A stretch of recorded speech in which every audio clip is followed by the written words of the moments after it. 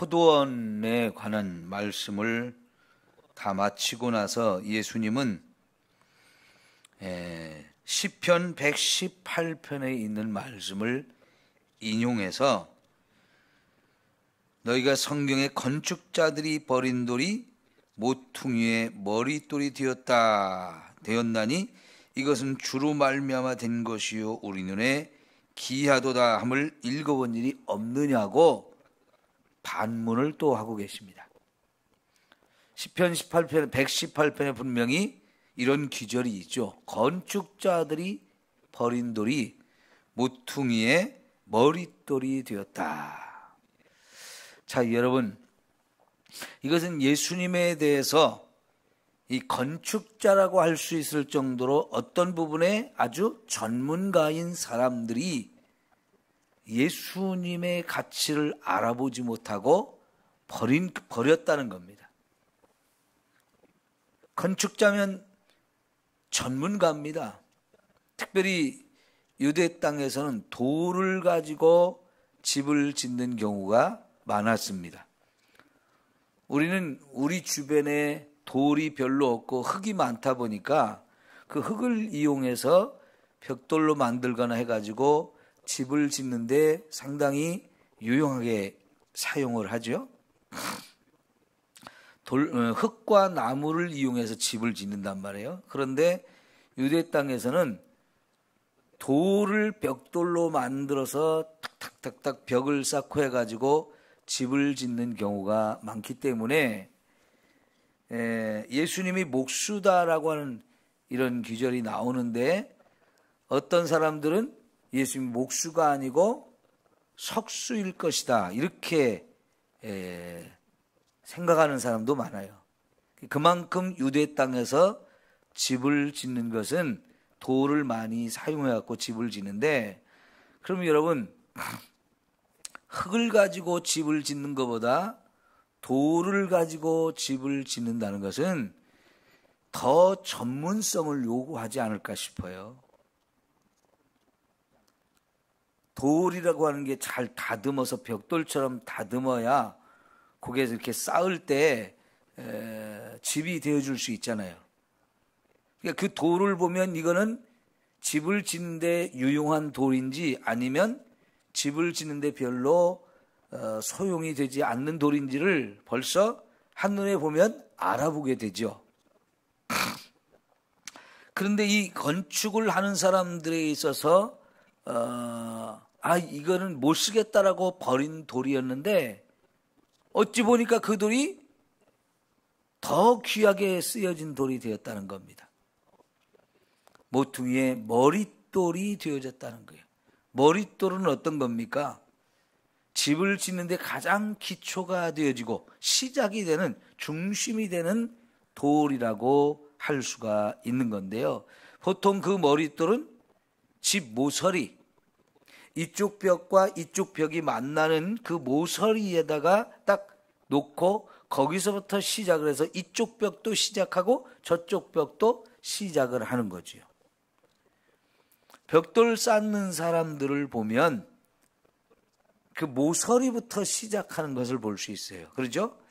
줄을 다 이렇게 띄고, 먹줄 같은 걸 띄고 이제 집을 처음 이렇게 시작을 할 때에 모퉁이에 돌을 하나, 벽돌을 놓고 거기서부터 이쪽 벽도 시작하고 이쪽 벽도 시작하는, 여기서부터 벽돌을 쌓는 것을 볼 수가 있는데, 그 처음에 시작하는 벽돌, 이걸 머릿돌이라고 보통 우리가 생각할 수 있지 않습니까? 그래서 이쪽 벽도 그 돌을 놓고 시작을 하고요, 이쪽 벽도 그 돌을 놓고 시작을 하는 거예요. 그런 머릿돌, 대단히 중요한 그런 돌이라고 볼 수 있는데, 어떤 사람들은 이건 집을 짓는데 가치가 없는 돌이다, 쓸모가 없는 돌이다라고 버렸는데, 다른 사람이 왔을 때는 이것이 너무너무 귀하게 쓰여지는 돌이 되어졌다. 이게 누구를 말하는 거냐? 바로 예수님을 말하는 거고요. 여기서 말하는 건축자들은 그럼 누구겠어요? 종교 지도자. 그들은 하나님의 말씀을 가장 잘 알고 있는 사람들이, 백성들에게 이 말씀을 가르쳐야 되기 때문에 누구보다도 오랫동안 말씀을 깊이 연구한 사람들이고 잘 배워온 사람들, 그래서 또다시 다른 사람을 가르칠 수 있는 이런 사람들인데 전문가지요. 하나님 말씀의 전문가예요. 여러분, 요한복음 5장 39절을 한번 찾아보시죠. 요한복음 5장 39절.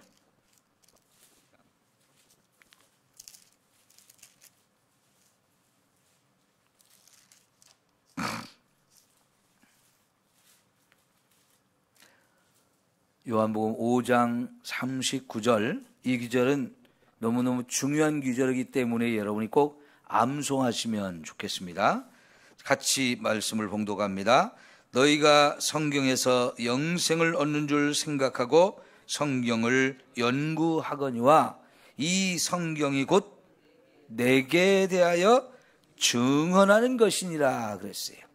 자, 잘 보시면 성경을 왜 읽느냐? 성경에서 영생을 얻으려고 읽는다는 거예요. 여기서 말하는 성경은 구약 성경을 말합니다. 아직 신약 성경이 쓰여지지 않은 예수님 시대인데 그때는 구약 성경만 있었어요.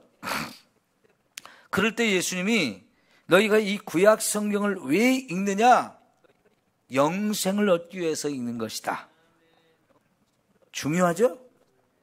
지금도 마찬가지예요. 저와 여러분이 성경을 읽을 때 이 성경을 통해서 내가 어떻게 하면 영생을 얻을 수 있는가, 영생이 뭔가, 요거를 성경을 읽으면서 깨달아야 돼요. 그 원리를 깨달아야 돼요. 그런데 이 성경이 누구에 대해서 증언하고 있다고요? 예수님에 대해서 증언하고 있다는 거예요. 잘 보세요. 구약 성경이 예수님에 대해서 증언하고 있다고 말씀하고 계세요. 구약 성경에는 예수란 이름이 한 번도 안 나와요. 그러죠? 그렇지만 예수님의 이름은 안 나오지만 구약 성경에는 예수님에 대해서 증언하는 것이 너무나 많습니다. 그 얘기는 뭐냐면 예수님이 메시아예요, 메시아. 구약 성경에는 끊임없이 메시아를 예언해 주고 있죠. 하나님이 보내신 메시아가 있다. 그 메시아가 누구인지, 무슨 일을 할 것인지를 수많은 사건이나 인물이나 말씀을 통해서 하나님이 계속해서 예언을 해 주셨어요. 그러니까 구약 성경에 저 창세기에서부터 말라기까지 전체적으로 예수님에 대한 증언이 너무나 많이 나와요. 그렇다면 이 구약 성경을 가장 잘 아는 사람들, 종교 지도자들, 이들이 예수님을 대해서 알아야 돼요, 몰라야 돼요? 알아야 됐죠. 누구보다도 제일 먼저 알아봐야 됐어요. 그런데 예수님이 실제로 와서 자기들 눈앞에 있는데 그 예수님을 메시아로 알아봤어요, 몰랐어요? 이 종교 지도자들이 몰랐어요.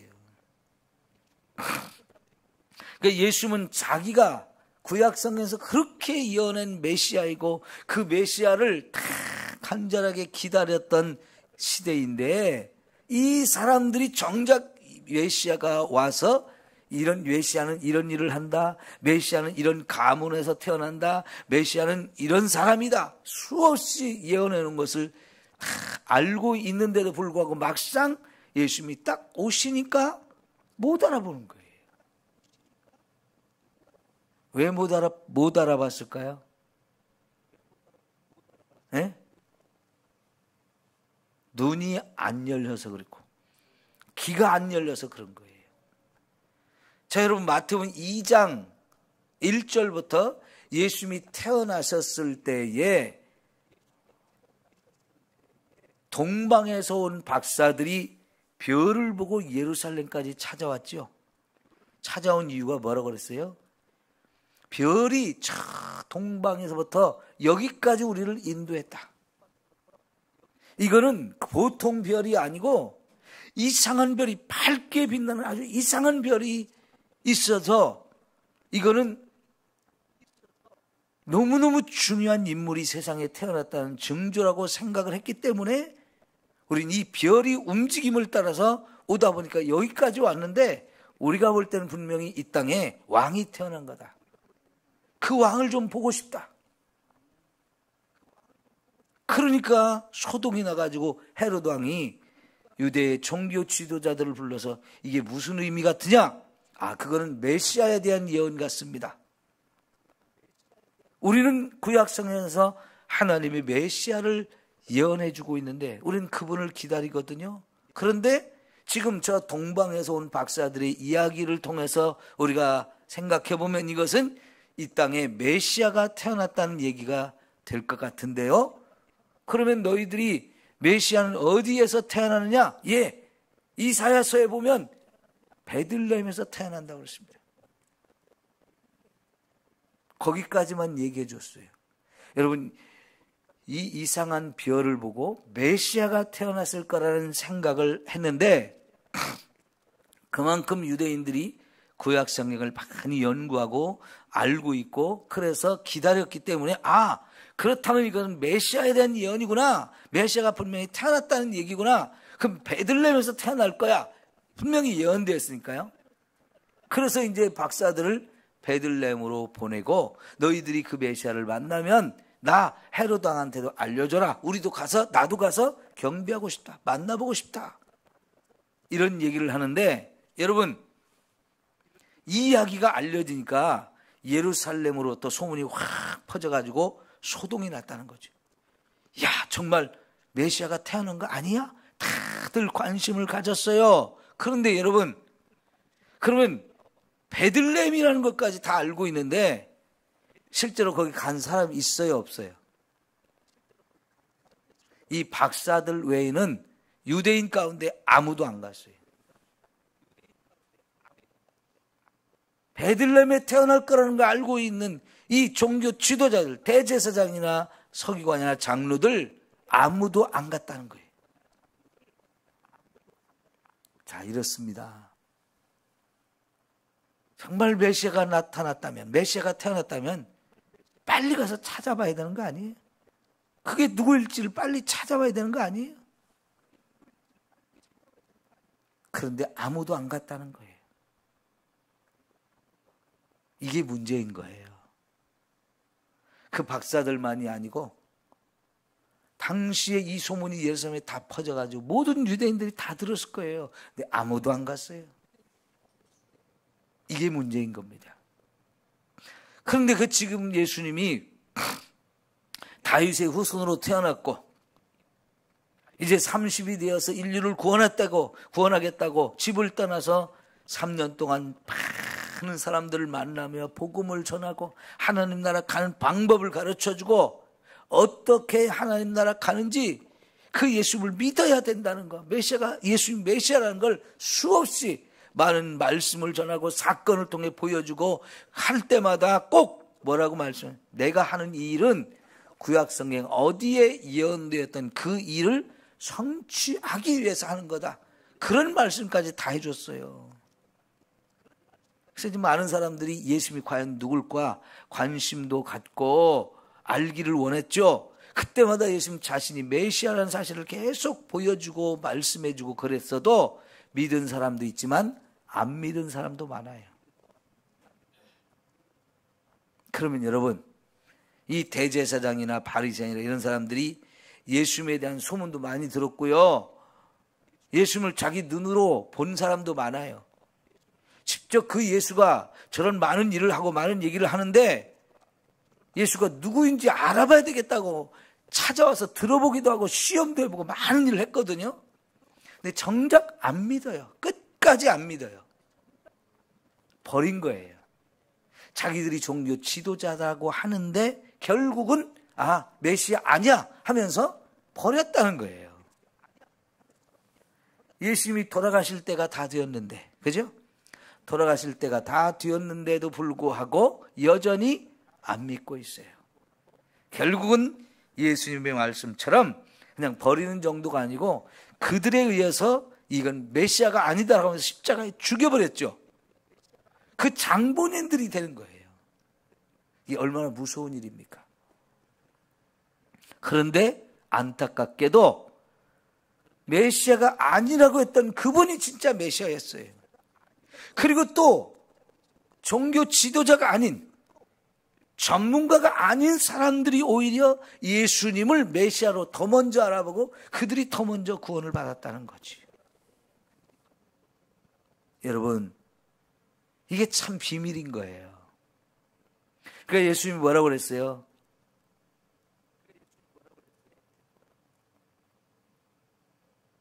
지혜롭다고 하는 사람들은 모르는데 어린아이 같은 사람들이 오히려 예수님을 더 먼저 알게 되어진다. 그러죠? 세상에서 지혜롭다고 하는 사람들은 예수님을 모르는데 예수님을 오히려 버림받은 사람들, 배우지 못한 사람들, 소외되고 무시당하는 그런 사람들이 더 예수님이 메시아인 걸 더 먼저 알고 그들이 구원받고 그들이 하늘의 은혜를 힘입는 사람들이 되어지더라는 거지요. 여러분, 저와 여러분이 예수를 믿는 게 얼마나 감사한 일인지요. 네? 참 감사한 일인 거예요. 그런데 우리가 똑똑하고 잘나서 예수를 믿었나요? 그게 아니잖아요. 바울이 고린도 교회에 편지를 보내면서 너희 가운데 문벌 좋은 사람이 있는 것도 아니고 부자가 있는 것도 아니고 세상에 성공하고 명예가 있고 권력이 있는 사람도 없고 배운 것도 없는 사람들, 병들고 약한 사람들, 이런 사람들이 다 많다는 거예요. 고린도에 가서 복음을 전할 때 그런 사람들이 먼저 예수님을 믿어버렸다는 거예요. 걱정하지 마라. 오히려 너희들이 그 세상에서는 그렇게 별 볼 일 없었지만은 예수님을 통해서 세상 사람들보다 더 부유한 자가 되고 더 강한 자가 되고 더 지혜로운 자가 되게 하시고 더 높여주시는 이런 은혜를 힘입게 되어진다는 거예요. 그러니까 예수님을 만나느냐 못 만나느냐에 따라서 저와 여러분의 인생이 이렇게 확 바뀌어지는 거지요. 왜요? 예수님보다 더 귀한 분이었기 때문에, 예수님이 메시아이기 때문에. 그 메시아인 예수님을 만나면 저와 여러분의 인생이 이렇게 달라지는 거예요. 제가 중학교 때 국어 선생님이 계셨어요. 근데 그 국어 선생님이 놀라운 발견을 하신 분인데 뭐냐면요. 이제 국어 선생님이 되려면 보통 대학의 국문과에 가서 공부를 해야 국어 선생님이 될 수 있잖아요. 이 선생님이 이제 고향이 저희가 다닌 부여에 있는 시골 학교거든요. 그 지역에서 고향이 가까워요. 면소재지의 동네에서 거기가 고향이신 선생님이신데 거기서 자라서 대학을 가서 국문과를 졸업하고 다시 고향에 와서 중학교에 교사가 되셨단 말이에요. 그런데 그 선생님이 대학을 가서 국문과에 공부를 하다 보니까요. 국문과 공부는 이제 현대 문학도 공부해야 되지만 고전 문학도 공부를 해야 되거든요. 그런데 고전 문학을 공부를 하다 보니까 갑자기 자기 집에 있는 옛날 책들이 생각이 났어요. 아, 그 책들이 중요한 책일 수도 있다 하는 생각이 딱 들어가지고 방학에 시골집에 내려와가지고요. 자기 집에 이렇게 부모들로부터 조상들로부터 내려오던 책이 있었어요. 옛날 책들은 지금 우리 책하고는 다르잖아요. 한지에다가 한문이나 아니면 옛날 우리 지금은 없어진 그런 자음 같은 게 있잖아요. 세모라든가 이게 동그라미에 이렇게 되어진 그런 동그라미라든가 몇 가지 없어진 글자가 있는데 그런 글자들이 쓰여지는 옛날 책들이 있잖아요. 근데 이 선생님 집에는 옛날에 좀 양반 집이었었나 봐요. 그래가지고 옛날부터 조상들이 전해져 오는 그런 옛날 책들이 집에 이렇게 있었는데 어렸을 때는 그거 뭐 한문이니까 읽지도 못하고요. 그 책의 가치를 전혀 몰랐었는데 대학에 가서 공부를 하다 보니까 우리 집에 그런 책들이 있는데 혹시 이게 중요한 책일 수도 있다 해가지고 방학에 가서 확인을 해보니까 진짜 옛날 오래된 너무너무 귀한 책인 걸 알게 됐어요. 그래가지고 그 책을 이제 알려가지고요, 세상에 알려서 나라로부터 보상도 받고요, 그걸 나라에 기증해가지고 박물관에 이제 이렇게 전해진 이런 사례가 있었는데, 이거 어때요? 중요한 발견이죠. 대학에 가서 공부를 하기 전까지만 해도 그냥 우리 선조들이 내려주는 그냥 집안에 전해주는 거다 이렇게만 알고 있었는데, 아무리 그게 오래된 책이라도요, 가치를 못 알아보고 있었던 거예요. 가치를. 그런데 나중에 대학에 가서 공부를 하다 보니까 이 책이 너무너무 중요한 그런 책이라는 것을 알게 된 거지요. 여러분, 세종대왕이 한글을 처음 만들고 나서 이 한글에 창제하게 된 원리와 그 사용의 원리, 만든 원리, 이런 것들을 쭉 설명한 해례본이라고 하는 훈민정음 해례본이라는 책이 있어요. 그 책이 너무너무 중요한데 지금 현재 그 책이 몇 권이 없어요. 근데 그 중에 한 권이 저 경상북도 상주에서 발견이 됐는데요. 이 사람이 그 책을 사람들한테 보여주고 감춰놔 버렸어요. 사실은 그게 우리나라의 국보급, 아주 국보급의 최고 중요한 책인데요. 이 책을 돈을 받고 나라에 기증하고 싶은 거예요. 근데 조금밖에 안 준다고 하니까 이 사람이 꼭꼭 감춰놓고 숨겨놓고 안 내놓는 거예요. 그 책은 진짜 너무너무 중요한 책이거든요. 여러분, 그 책은 우리한테 주면 우리가 그 책이 중요한 책인지 알까요? 모를까요? 우리는 알아보기가 쉽지 않아요. 근데 전문가들이 그걸 연구하면요, 이게 너무너무 중요한 책이기 때문에 그 가치를 안단 말이죠. 우리한테는 줘도 그게 뭔지 몰라요. 꼭 그런 것 같아요. 가치를 알아보는 사람한테는 이게 너무너무 귀한 건데, 가치를 모르는 사람은 이거 줘도 뭔지를 모르니까. 여러분, 우스갯소리 그런 얘기들 하잖아요. 옛날 도자기 그릇 같은 게 별거 아니라고 개밥 그릇을 썼는데 골동품을 수집하는 사람들이 지나가다 보니까 저거 옛날 그릇이었거든요. 보니까 이제 가치가 나가는 거예요. 그러니까 에이, 저 개밥 그릇 쓰느니 나한테 파시오. 한 3만 원 주겠어. 그러니까 개밥 그릇 쓰는 것보다 3만 원 주고 팔고 막걸리라도 한 잔 마시려고 팔았는데 그게 조선 백자였다. 그러면 이게 막 굉장히 가치가 나는 거잖아요. 그죠? 근데 그 정작 주인은 그걸 가치를 모르고 개밥 그릇 썼는데 골동품 상인이 보니까 이거는 조선시대 백자였단 말이죠. 그럼 가치가 어마어마하게 나가는 거예요. 근데 우리 그 국어 선생님이요, 하나 더 귀한 것을 발견한 게 있는데 뭐냐면, 선생님이 이제 고향 땅에서 학교 선생님을 하다 보니까 친구들이 많잖아요. 그럼 학교 끝나면 뭐 하겠어요? 친구들하고 어울려서 술 드시고 이런 걸 잘 하시던 분인데, 어느 날 술집에 가서 술을 먹는데 말이죠, 안주로 나온 조개국이 있었어요.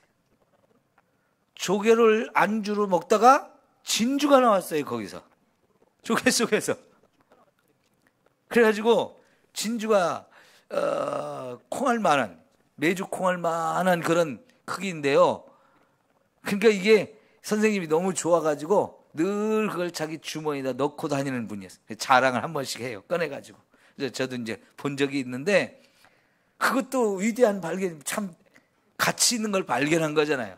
우연히 그냥 술 마시다가 딱 씹혀가지고 발견했지만 진주를 발견했단 말이죠. 그런데 여러분, 이 선생님이 진짜 귀한 것을 발견하는데 뭐냐면, 이 선생님이 예수님을 믿게 된 거예요. 그렇게 술 좋아하고 노는 거 좋아하시던 분이 어느 날 예수님을 믿게 되고 시간이 지나서 나중에 그분이 장로님이 되셨어요. 여러분, 그분이 옛날 오래된 조상이 물려준 책을 발견한 것도 대단한 발견이고 진주를 찾은 것도 대단한 발견이지만, 그런 것들은 우연히 그렇게 되어졌지만, 여러분, 어느 날 예수님을 알게 된 것, 그건 뭡니까? 구원을 받는 거잖아요. 여기 예수님이 말씀하신 것처럼 너희는 하나님 나라를 빼앗기고 그들은 하나님 나라의 열매를 맺은 백성이 되어서 천국을 들어가게 된다. 예수님이 누구인지를 알지 못하고 버린 사람들은 천국을 들어갈 수가 없어요. 영원한 생명을 얻지 못해요. 그러나 세상에서 가치 없고 무시당하던 사람들이 어느 날 예수님을 알게 되고 예수님이 메시아인 걸 믿게 되면 그들은 세상에서는 별 볼일 없이 살았어도 천국에 들어가는 영생을 얻은 사람들이 되어진다는 거죠.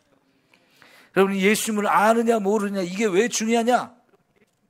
영생을 얻느냐 못 얻느냐, 이거 천국에 들어가서 영원히 사느냐 아니면 지옥에서 영원히 사느냐, 이게 되어지는 거죠. 예수님을 버린 사람들 결국은 어떻게 돼요? 자신들이 버림을 받아요. 지옥의 멸망을 당하는 거지요. 그런데 예수님의 가치를 알고 예수님이 메시아구나 영접한 사람들, 예수님이 영접해 주는 거죠. 천국으로 영접해 주는 거지요. 네. 여러분, 그러니까 우리가 예수 믿은 게 얼마나 귀한 거예요.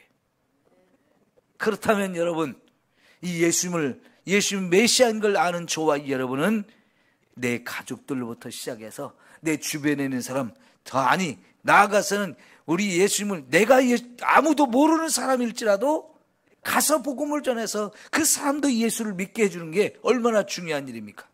예? 그러면 그 사람도 영원한 생명을 얻어 지옥 갈 사람이 천국 가지는 거잖아요. 이거보다 더 귀한 일이 어디 있어요? 예수님이 누구인지를 아는 거, 그 예수님을 내가 내 마음속에 영접한 거, 이거는 내가 하나님 자녀가 되는 거고, 내가 새롭게 거듭나지는, 그래서 천국에 들어갈 수 있는 이 엄청난 은혜와 축복이잖아요. 예수님이 우리를 사랑해서 하나님의 아들을 보내주셨단 말이죠. 그 아들을 영접하고 믿으면 우리는 멸망당하지 않고 심판을 받지 않고 영생을 얻습니다. 그래서 이 예수님을 우리가 믿게 된 게 엄청난 은혜가 되듯이 지금 세상에 예수님을 모르는 사람들에게 복음을 전해서 그 영혼들에게 예수님이 증거되고 그들이 천국 가는 백성이 되어주도록 하는 것은 최고의 선물인 거죠. 여러분, 크리스마스는 예수님이 세상에 오신 날을 기념하는 것이에요. 그걸 기뻐하고 즐거워하는 것이고, 그거를 모르는 사람들에게 자꾸 전해야 되는 거예요. 최고의 선물이니까요. 그죠? 최고의 선물. 이 예수님을 전해주는 것은 누구에게든지 최고의 선물이에요. 예수님은 세상에 보내신 하나님의 선물이에요. 내가 너희에게 내 아들 예수를 보낸다, 메시아로 보낸다. 최고의 선물이죠. 이 선물이신 예수님을 내 마음속에 꼭 모시고 예수님을 성경에서 발견하면 영생을 얻거든요.